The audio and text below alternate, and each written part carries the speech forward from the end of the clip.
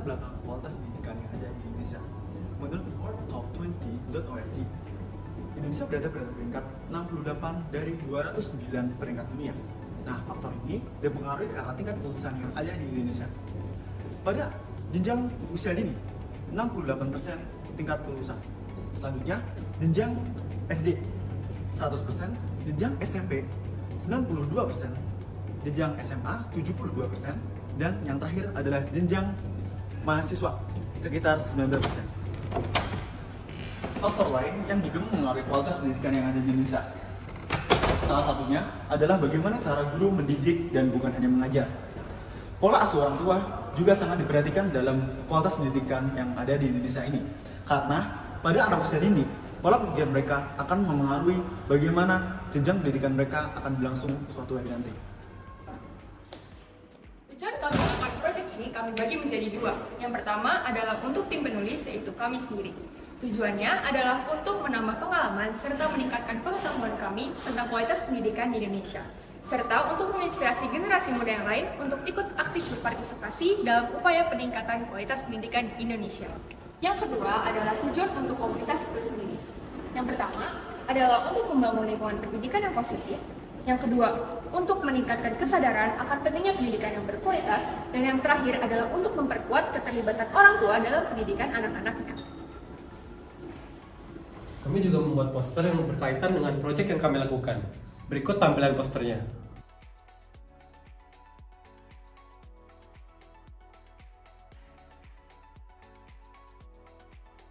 Proyek yang kami lakukan ini berkaitan dengan SDGs keempat, yaitu Quality Education, di mana kami berusaha untuk memeratakan kualitas pendidikan yang ada di wilayah Indonesia. Pada poster tersebut terdapat latar belakang masalah dan juga tujuan yang dijelaskan seperti awal video tadi. Selanjutnya, pelaksanaan proyek ini kami bagi menjadi 3 tahapan. Tahapan yang pertama yaitu observasi. Kami melakukan observasi ke SDN 03 Babakan Madang, Panti Asuhan Hope, dan beberapa panti asuhan lainnya. Lalu, kami memilih SDN 03 Babakan Madang sebagai tempat kami untuk melakukan proyek. Selanjutnya tahapan kedua yaitu planning. Kami melakukan planning bersama-sama untuk membuat presentasi yang semenarik mungkin. Serta kami juga menambahkan games agar siswa-siswa lebih tertarik dengan materi yang kami sampaikan. Step yang terakhir adalah pelaksanaan. Kami melakukan kunjungan ke SDN 03 Babakan Madang. Berikut video vlog kami saat kami melakukan kunjungan ke SDN 03 Babakan Madang. Halo guys, sekarang jam 7 kita udah siap-siap mau jalan ke mana sih Pat? Hai, kita udah mau jalan ke SDN 3 Babakan Madang. Astagfirullah, jangan sebut nama dong. Bener gak sih? Ada kamera video. Ini kita on the way. Kita mau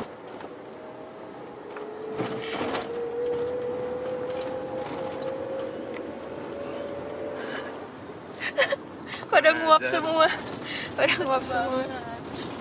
Gue baru Ijat katanya udah dimakan dulu. Enggak, nanti dia. Oh. Oke guys, waktunya turun. Oke, turun. Makasih ya Pak. Izin buka bagasi ya Pak.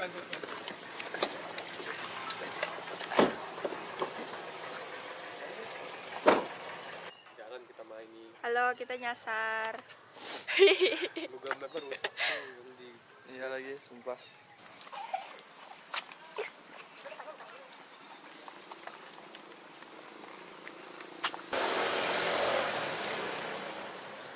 Sedang bereksplorasi sendiri.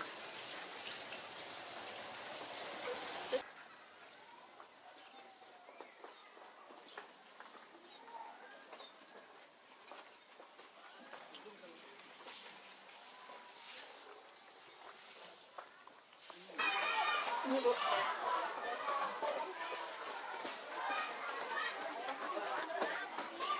Mau masuk gak? Halo.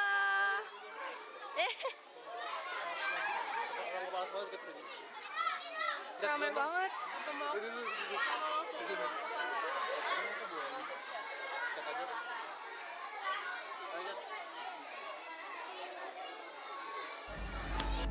ketika kita sudah sampai, kita diperkenalkan kepada seluruh siswa yang ada oleh guru dan juga kepala sekolah. Setelah perkenalan, kami langsung masuk saja ke dalam kelas 3 SD di mana kita akan melakukan pengajaran. Dalam sesi ini, kami ingin lebih dekat kepada siswa dan akhirnya berkenalan lebih lanjut lagi. Dan dengan kaget, kami menemukan bahwa beberapa dari siswa tersebut memiliki talenta yang luar biasa dalam seni budaya.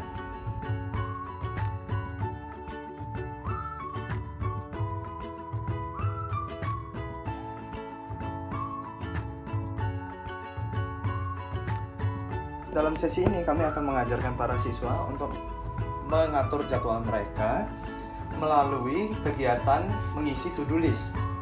Kertas to-do list kami telah bagikan dan kami akan membantu mereka mengisi kegiatan sehari-hari mereka dan mengurutkannya sesuai kepentingan masing-masing.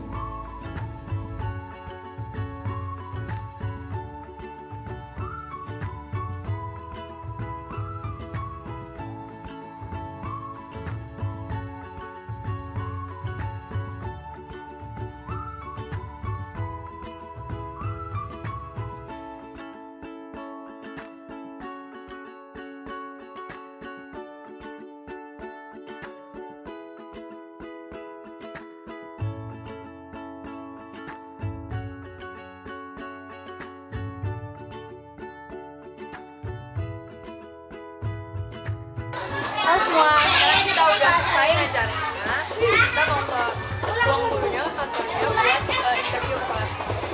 Dadah. Selamat pagi Ibu. Sebelumnya perkenalkan, nama saya Teora. Saya perwakilan untuk kelompok kami untuk menginterview Ibu sedikit aja pertanyaan tentang sekitar dunia pendidikan. Sebelumnya Ibu boleh perkenalan diri dulu, bisa nama dan juga udah berapa lama nih terjun ke dalam dunia pendidikan. Nama saya Suhartini. Saya sudah cukup lama di dunia pendidikan itu dari tahun 1988, sudah 36 tahun. Iya. Di dalam dunia pendidikan. Kalau untuk menjabat sebagai kepala sekolah di sini sudah berapa lama? Saya menjabat kepala sekolah di sini baru sekitar berapa bulan ya? Dari mulai bulan Agustus. Oh, bulan Agustus. Saya baru di sini. Sebelumnya saya di Kadungmangu.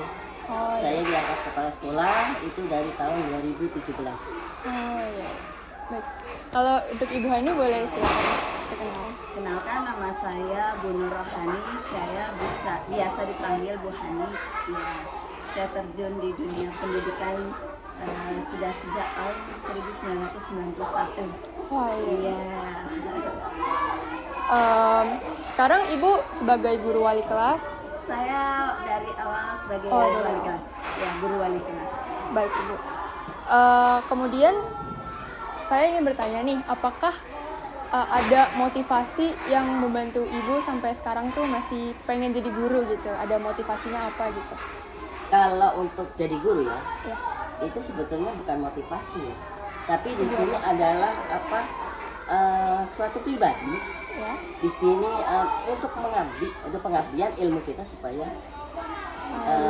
diberikan kepada mereka yang membutuhkan. Terutama adalah kalau untuk motivasi sih enggak ya, karena memang saya juga orang tua saya seorang guru. Gitu. Jadi melihat ibu saya jadi guru, bukan saya lihat dari sekarang itu kan dilihat dari materi ya, tapi tidak. Zaman dulu itu kita itu jadi guru itu tanpa pamrih, nggak ada istilahnya kita digaji berapa, tidak mengarah ke sana, tapi kita bisa mengamalkan ilmu-ilmu itu, terutama di situ. Iya. Kalau untuk Ibu Ani boleh? Kalau saya memang dari awal cita-cita saya jadi guru ya. Oh iya. Terlepas ya latar belakang saya nggak ada yang jadi guru gitu ya, tapi saya memang senang menjadi seorang guru karena saya punya cita-cita, punya keinginan untuk mencerdaskan kehidupan bangsa tuh ya. Ya saya senang sekali karena dari awal pun saya terjun di dunia pendidikan itu di TK. Oh iya. Ya saya mengasah ilmu saya itu awalnya di TK. itu. Lalu saya mengembangkan kembali itu di SD, saya bergabung di SD gitu, iya. Nah, Ibu sebagai wali kelas SD gitu ya, sekolah dasar, terutama kelas 3 ya Bu sekarang. Apa sih yang Ibu rasain selama ini? Kayak apakah sukanya apa, tapi adakah dukanya juga gitu sama mengajar anak-anak SD gitu? Suka duka pasti ada. Ya, kalau sukanya ya saya memang senang dengan anak-anak ya. Saya merasa dekat dengan anak-anak gitu kan ya. Saya anggap aja kalau di sekolah ya anak-anak saya semua. Saya membagi kasih sayang, perhatian, kepedulian terhadap anak-anak kan memang semua saya bagi secara sama gitu ya. Nah kalau duka sih sebenarnya nggak ada ya, karena saya udah cukup lama mengajar, jadi nggak ada dukanya. Jadi kalau anak memiliki kekurangan wajar, karena dia tahapannya memang sedang belajar gitu ya. Jadi kalau toh anak itu ada sikap yang tidak bagus, itu karena memang mereka beriring dengan perkembangannya gitu, wajar menurut saya. Ya saya anggap lucu aja, saya nggak pernah merasa dendam atau nggak pernah merasa bahwa itu kesulitannya. Ayo, terima kasih Bu.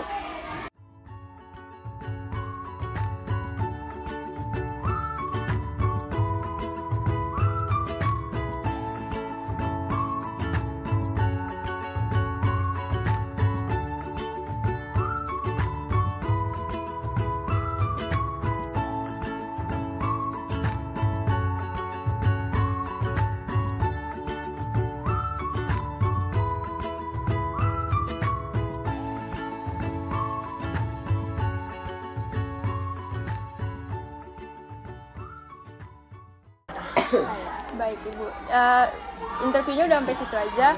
Terima kasih banyak Ibu atas waktu dan kesempatannya. Kami sangat bersyukur bisa datang ke sini, ketemu bareng anak-anak juga. Mereka hebat-hebat, sangat interaktif, dan kami senang tadi bisa gabung aktivitas bareng mereka. Terima kasih banyak Ibu. Kami mengucapkan banyak terima kasih kepada Sekolah Dasar Negeri 3 Babakan Madang yang sudah mau menerima kunjungan kami dan memberikan kesempatan bagi kami untuk membagikan ilmu yang kami punya, serta untuk memahami bagaimana pengajaran yang ada di sekolah tersebut. Kami juga mengucapkan terima kasih kepada Ibu Suhartini dan Ibu Hani atas waktu dan dedikasinya, serta bantuannya selama kami berkunjung di sana. Kami meminta maaf apabila ada kata-kata yang menyinggung, baik yang disengaja maupun yang tidak disengaja. Kami juga berterima kasih kepada adik-adik dari Sekolah Dasar Negeri 3 Babakan Madang, khususnya adik-adik yang berasal dari kelas 3. Kami belajar banyak dari kunjungan kami ke sekolah ini. Dan kami juga belajar banyak hal dari ibu guru serta anak-anak yang ada di sekolah tersebut. Kami juga belajar dan berlatih untuk mengasah kreativitas dan critical thinking kami sehingga kami bisa merancang kegiatan ini dengan semenarik mungkin. Tanpa adanya kerjasama tim, kami yakin kegiatan ini tidak akan bisa terselenggara dengan baik. Setiap anggota kelompok saling melengkapi satu sama lain ketika ada anggota yang sedang kesusahan. Selain itu, kegiatan ini juga semakin membuka mata kami terhadap kehidupan sosial yang ada di sekitar kami. Kami berharap sekolah ini dapat terus berkembang dan menjadi wadah bagi anak-anak untuk meraih cita-cita mereka. Kita tidak boleh menutup mata kita terhadap generasi muda yang akan menjadi penerus bangsa. Tetapi kita harus membantu mereka supaya bangsa ini bisa tumbuh menjadi bangsa yang lebih baik. Jadi videonya sampai di sini aja. Terima kasih udah nonton. Kevin. Nah. Dadah. Bye.